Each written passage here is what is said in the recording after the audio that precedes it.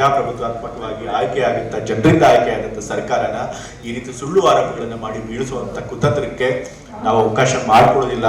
ಅದಕ್ಕೆ ನಾವು ಸಂಪೂರ್ಣ ಅದು ಅವಕಾಶ ಮಾಡ್ಕೊಳ್ಳದೆ ಇರೋದಕ್ಕೆ ನಾವು ಏನು ಹೋರಾಟ ಮಾಡಬೇಕು ಆ ಹೋರಾಟನ ಖಂಡಿತ ನಮ್ಮ ಪಕ್ಷದವ್ರು ಮಾಡ್ತೇವೆ.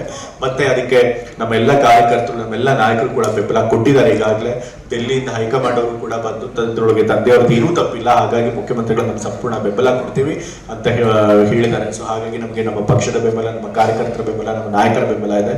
ನಾವು ಕೂಡ ಕಾನೂನಾತ್ಮಕವಾಗಿ ಹೋರಾಟ ಮಾಡ್ತೀವಿ. ಜನರು ಮುಂದೆ ಕೂಡ ಹೋಗಿ ಹೋರಾಟ ಮಾಡ್ತೇವೆ. ಹಾಗಾಗಿ ಖಂಡಿತ ತಂದೆಯವ್ರಿಗೆ ಇವತ್ತೇನು ಅವ್ರೇನು ತಪ್ಪು ಮಾಡದೆ ಹೋದ್ರು ಕೂಡ ಇವತ್ತು ಅವ್ರಿಗೆ ಈ ರೀತಿ ಒಂದು ಆರೋಪನ ಎದುರಿಸಬೇಕಾಗಿ ಬಂದಿದೆ.